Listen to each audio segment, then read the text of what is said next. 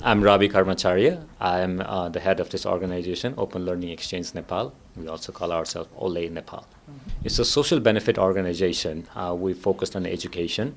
We started back in 2007 with the aim to use technology to improve the quality of education in rural parts of Nepal. And also, since we're going to rural parts, we believe that technology will help give access to quality learning materials for children in all parts of the country. Conventionally, what happens in Nepal and in many parts of Asia is teachers are seen as a source of knowledge, and children basically sit in classrooms listening to the teacher say things or read things out of the book and try to sort of observe it, and then sort of in the exams what they do is they have to rewrite what the teachers have told them. And that way of learning is not quite intuitive, doesn't really encourage students to explore. And when I did my university education in the U.S., I also realized that it's different the way students are encouraged to think. Students are encouraged to question and explore and in a way challenge what they've been told, and that has to be brought into Nepal as well. Technology, if you introduce it in a way, the nature of technology by using laptops and computers and learning materials, students by themselves get engaged, and students also how children love to explore, and technology gives them the platform to do that. And eventually what that does is the teachers are also going to start thinking, I don't need to tell them everything.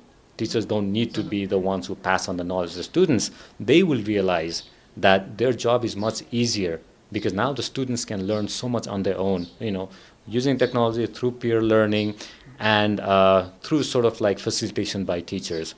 So our ideals are basically what we want to do is we want to promote this. We want to show to policymakers, the Ministry of Education in Nepal, that this is a great way to sort of educate our next generation, and hopefully there'll be this shift in going from this kind of traditional classroom-based learning to one where children are exploring, experimenting, making mistakes, and learning from their mistakes.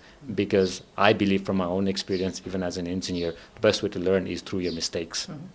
So when we talk about using technology in the classroom, it's not just about using computers, but how to manage your class, how to prepare a lesson plan that integrates digital learning materials in the classroom. What's the sort of optimal sitting arrangement in the classroom? So these are all the things that challenges that the teachers have to deal with, and most of them have come with very good solutions and have been using it pretty well in the schools.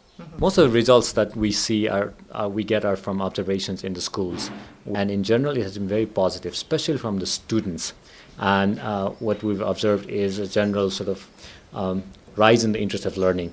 The attendance has improved significantly. Students don't have to be forced to go to school; they actually come to school.